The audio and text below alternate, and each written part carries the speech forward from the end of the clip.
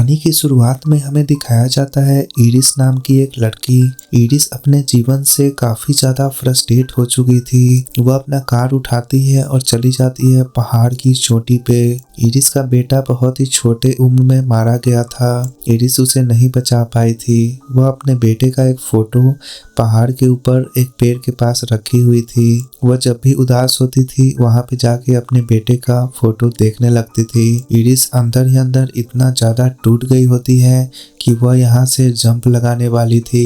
Iris जैसे ही suicide करने ही वाली थी, इतने में वहां पे एक आदमी आ जाता है जिसका नाम रिचर्ड होता है। रिचर्ड यहाँ पे इरिस को अपनी बातों में फुसला लेता है। इरिस को लगने लगता है कि रिचर्ड बहुत ही अच्छा इंसान है, लेकिन यह इरिस की सबसे बड़ी गलतफहमी होती है। रिचर्ड जैसे ही वहाँ से जा रहा होता है, इरिस वहाँ पे उसके पीछे पीछे जाने लगती है, क्योंकि इरिस को लगता है कि रिचर्ड काफी अच्छा इंसान है। जैसे ये लोग अपने कार के पास आ जाते हैं, यहाँ पे रिचर्ड अपना असली रंग दिखाता है। रिचर्ड यहाँ पे करंट का शॉक देके इरिस को बेहोश कर देता है। रिचर्ड यहाँ पे इरिस को बांध देता है। इरिस का जब आंख खुलता है तो वो देखती है कि वो रिचर्ड के कार में है। इरिस अपने आप को छुड़ाने की कोशिश करती है, लेकिन रिचर्ड बोलता है कि कोई फायदा नहीं। इरिस समझ जाती है कि रिचर्ड एक साइको किलर है। वह मेंटली बहुत अजीब इंसान है। इरिस के पैकेट में एक चाकू था। इरिस यहाँ पे जैसी चाकू भोंकने वाली थी, इन लोगों का कार एक्सीडेंट हो जाता है, जिसमें दोनों काफी जख्मी हो जाते हैं। यहाँ पे इरिस को बताता है रिचर्ड कि उसने उसको इंजेक्शन दे दिया है। वह कोई मामूली इंजेक्शन नहीं। इरिस के पास बहुत ही कम वक्त है, अब उसका बॉडी वहाँ पे सुन्न होने वाला था। इरिस यहाँ पे खुद को बचाने के लिए जंगल की तरफ भागती है, लेकिन धीरे धीरे इरिस का हाथ यहाँ पे सुन्न होने लगा था। धीरे धीरे वह इंजेक्शन अपना असर दिखाना चालू कर दिया था।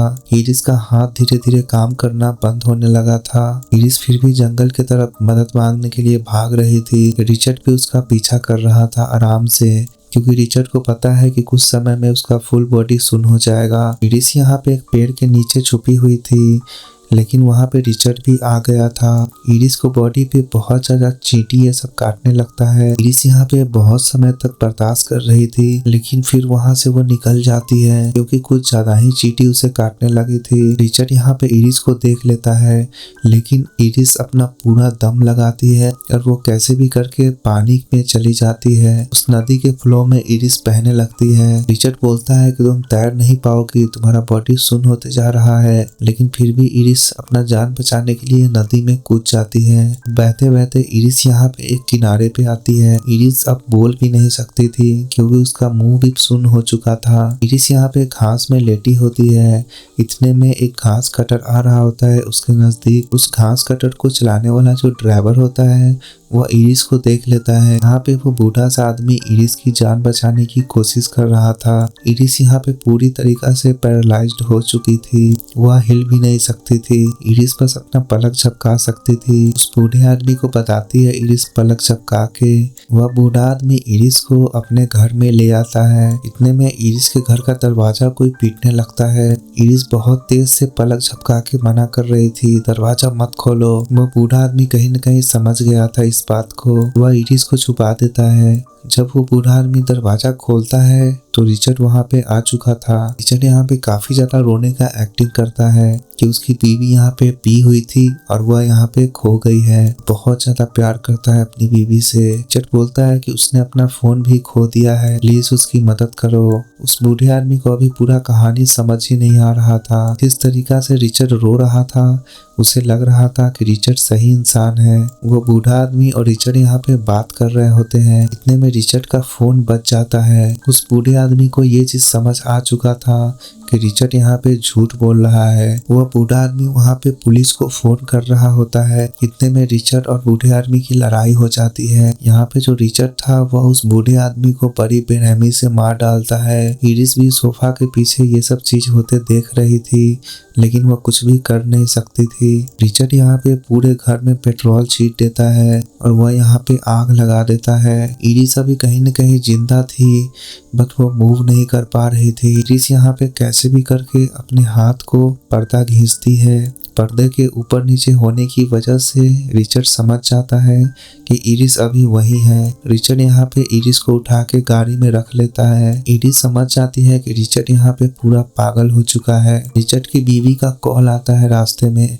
रिचर्ड अपनी बीवी को बहुत अच्छे से पढ़ा देता है कि वह अभी काम में व्यस्त है, वह अभी नहीं आ सकता। अब रिचर्ड और इरिस यहाँ पे एक पेट्रोल पंप पे रुकते हैं। इरिस यहाँ पे पेट्रोल पंप पे चाह रही थी कैसे भी बचना, लेकिन वो कुछ भी कर नहीं सकती थी। न वो बोल पा रही थी, न वो अपना हाथ मूव कर पा रही थी। इरिस के गाड़ी के पास एक बच्चा आता है यहाँ पे, लेकिन तुरंत उसकी माँ भी वहाँ पे आ जाती है। उस बच्चे की माँ को कहीं ना कहीं शक हो जाता है कि इरिस के साथ कुछ तो बुरा हो रहा है। बच्चे की माँ पुलिस को फोन कर देती है। अब यहाँ पे इरिस और रिचर्ड यहाँ पे जा रहे होते हैं जहाँ उनका पहले एक्सीडेंट हुआ था। रिचर्ड अपने गाड़ी को यहाँ बांध रहा होता है इस गाड़ी से। इतने में वहाँ पे एक पुलिस ऑफिसर आ जाता है। वह पुलिस ऑफिसर पूछता है रिचर्ड से कि यह लड़की कौन है। रिचर्ड बोलता है कि उसकी वाइफ है और उसने बहुत ज्यादा पी रखी है, जिस वजह से वो कुछ भी बोल नहीं पा रही। रिचर्ड यहाँ पे इतना इमोशनली कन्विंस कर देता है उस पुलिस वाले को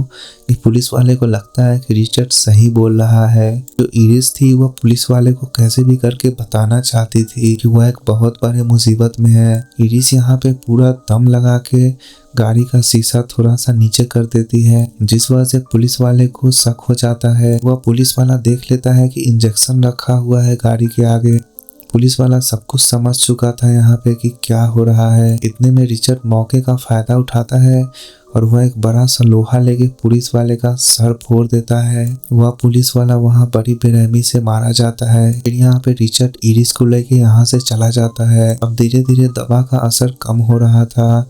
इरिस थोड़ा थोड़ा बोल पा रही थी। इरिस बोल रही थी कि प्लीज ऐसा मत करो, उसका पति उसे ढूंढ रहा होगा। इरिस यहाँ पे सेम वही सुई भोंकने का भी कोशिश करती है रिचर्ड को, लेकिन उसका अंगूठा काम नहीं कर रहा था, जिस वजह से वो भोंक नहीं पाती है सुई को। यहाँ पे इरिस को ले आया था रिचर्ड बोट के पास। जब ये लोग बोट में होते हैं तो इरिस बोलती है रिचर्ड से कि उसके पैकेट में कुछ है वो निकाल दे। रिचर्ड जैसे ही वो निकालता है उसके पीछे लगा हुआ चाकू इरिस निकाल लेती है। अब उसका बॉडी थोड़ा थोड़ा मूव होने लगा था। इरिस फुल ताकत से वो चाकू भोंक देती है रिचर्ड के मुंह में।